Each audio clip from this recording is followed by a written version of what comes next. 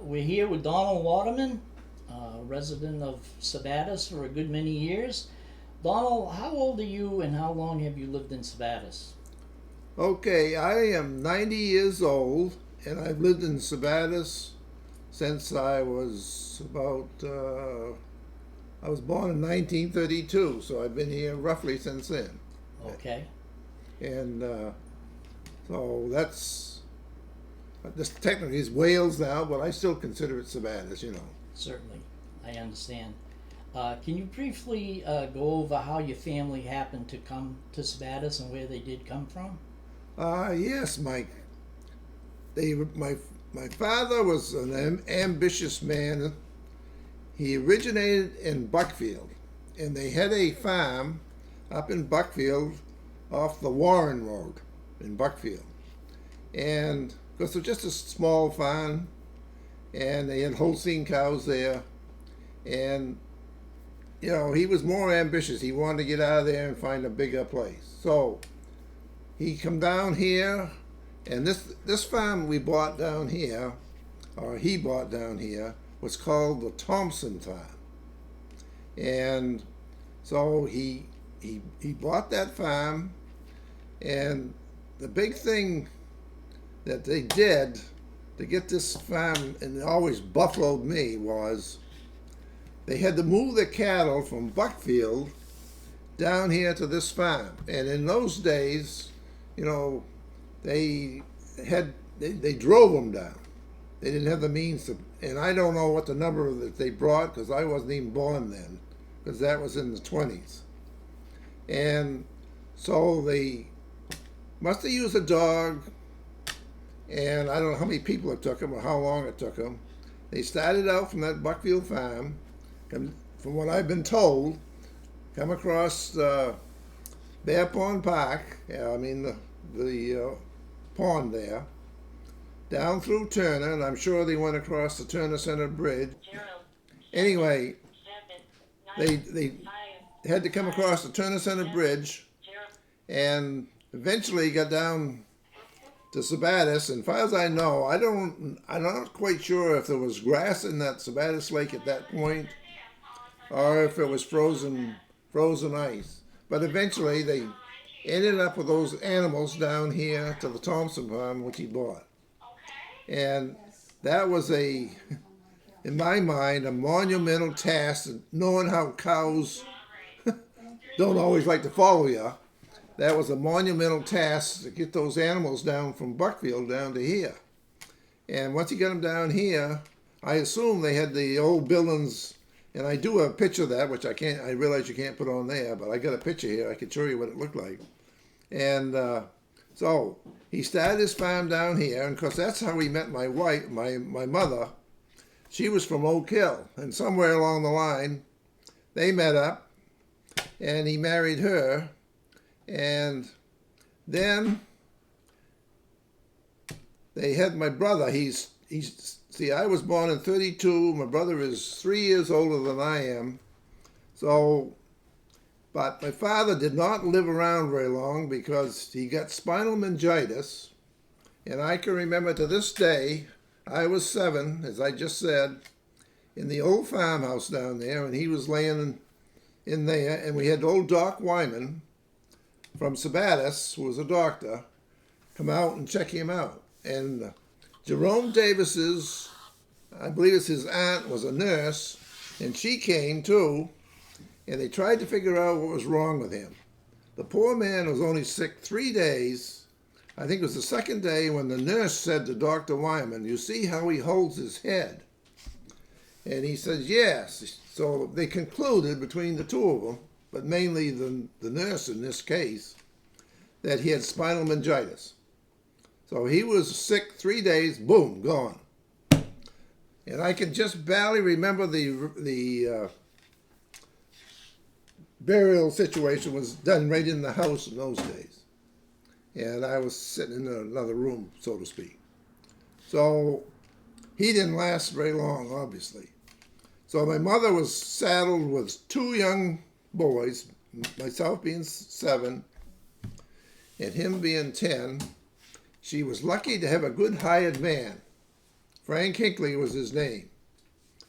And when my father died, he was in the machinery business. He'd started a machinery business. He had Holstein cows. He raised potatoes down in Richmond. He sold fertilizer, and he cut wood. He did all of those things to create enough income to survive. And the only thing that they could even think of why he caught this was he took a load of potatoes up to Boston, I don't know, a few days before that, and they conclude he might have got that up in Boston.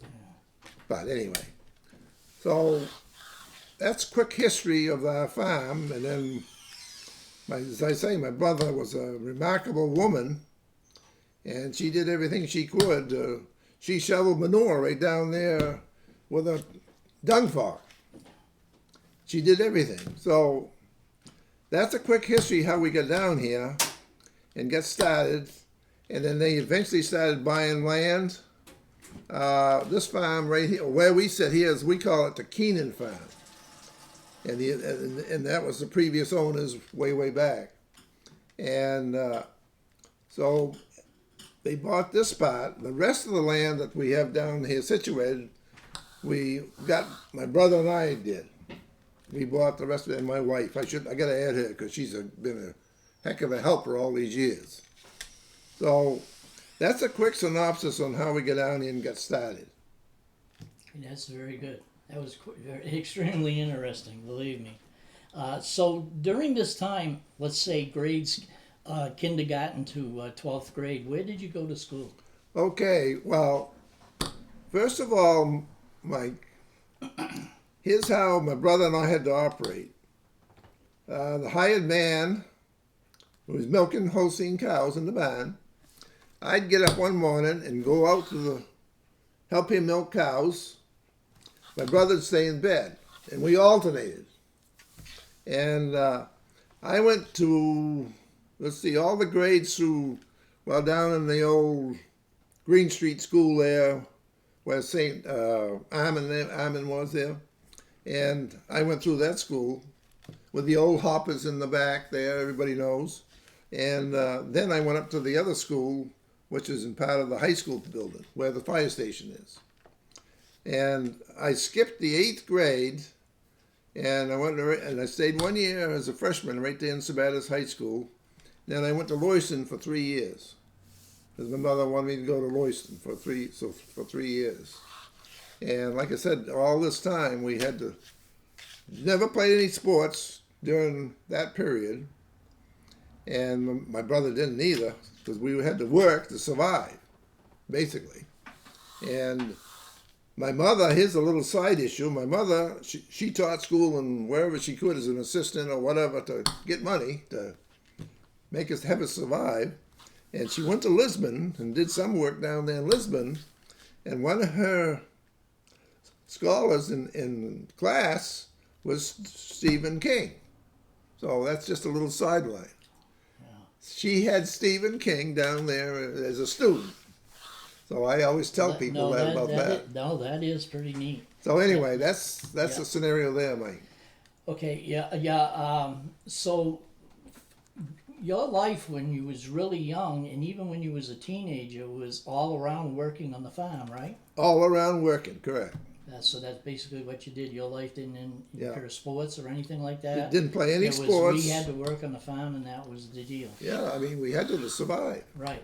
And later on, that changed. You did, after you graduated from high school, where did you go from there? Now, I know you was a Marine, and so I guess I'm asking you that. My mother pushed both of us through high school as fast as she could to get us back on that farm. So I guess I'll make a joke out of this. My brother skipped 2 grades and I skipped 1 grade, so I guess he was a little smarter than I was. But anyway, she pushed him faster. He went up to the University of Maine, he graduated in, I gotta get these days right. He graduated out of there in 49, up to the University of Maine. And at that time, Mike, he was only 15 years old, my brother. So he's raking hay out in the field down here in the summertime, and the dean down from the University of Maine to check out my brother, see if he was okay to go up to school. Then he talked to him, saw what he was doing, so he figured he was. So he went up to the University of Maine, and when I graduated from high school in '49. So then I went up to the University of Maine and graduated in '53. And at the University of Maine, and he did too, I played football. I couldn't make the first team, obviously, but I did play football because I was pretty small. But I made the traveling team. And one year, the highlight was in 1 year, it was undefeated. We had a tie with New Hampshire.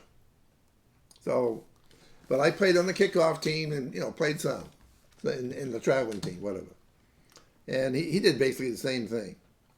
So, and another thing that was a little bit different was, by that time, before that time, my mother had remarried Franz Siegel, who lived up in the Mountain Fields Road there.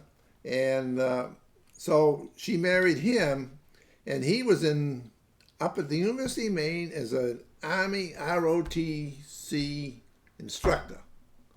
And I had him, I think I only had him 1 year, maybe I had him 2 years, because I only took the ROTC twice, 2 years, because I didn't really want to take it anymore. So anyway, graduated from the University of Maine in 1953, came back down here to go in business with my brother. Well, in those days, they had the draft board. So the draft board says, no, we ain't going to let both of you guys stay on this farm. One of you's got to go. So I said to my brother, you're already here and you've been doing it for 4 years. You stay here, I'll go. So I wanted to become, because that was the draft was with the Army. And I decided I wanted to be in the Marine Corps because the second lieutenants get more pay than the PFCs in the Army. So I decided to go for that. So I applied to the Marine Corps for Officer Candidate School, which is in Quantico, Virginia. And so there again, I'm raking hay one day, and I got supposed to see, I was afraid it was going to be in January. And I said, oh boy, I don't know if I'm going to be able to beat the Army because they're going to be on my tail. So whoever got me first, I was going to go either after the Army or Marine Corps, whoever got me first. So there again, I'm out, I was raking hay that time out in the field. My mother came out and said, Donald, you got a call from the government. So I went in, made the phone call, talked to the Marine Corps, and they said, well, Mr. Waterman, we do have a vacancy in September. I said, put me in there. That's all I said, because I figured that would beat the Army. Then we went to Camp Lejeune, North Carolina, together with that car that I was telling you about. And we lived in a mobile home down there, which is part of the base housing. And so, as it turned out, she got pregnant a couple months later and was pregnant with our first son, our oldest son. And this is kind of funny. The day she had to go to the hospital to have the baby, of course I took her in there, and the nurses, I guess it was, they bagged up all her clothes, said, here, Mr. Waterman, you get out of here. No waiting around. You get out of here. Well, that day I was on the rifle range. So I went to the rifle range, and I don't know, 3-4 hours later, whatever it was, I'm about halfway down. They had 50 men on that rifle range, and I was about halfway down. And so I heard this noise up at the other end. It's a guard shack. They were saying, Lieutenant Waterman, you got a boy, blah, blah, blah, blah, blah, right down through. And it's when it wasn't a girl by the time it got down to me. But anyway, so that's how I found out I had a son. Or we had a son. So they let me go. I stopped. I think I had the flag went up, probably that last shot I made. when I heard that. See, so they let me out and then go back to see her and whatever. So that started our life down there. So another interesting thing with Camp Lejeune, I managed the battalion baseball team too. I had a baseball team. So I managed it was for the battalion. So that was interesting, about getting back to baseball. And and another thing that happened to me, playing a softball game, I was playing first base, and the shortstop made a bad throw to me, so I had to lean this way. Well, this big tech shot, and he went right through me, knocked me crazy, and broke my collarbone. So that put me out of commission for a while. And in those days, it was a figure-8 cast. You couldn't do much of anything. So anyway, stayed there until December of 55. And then we came back home.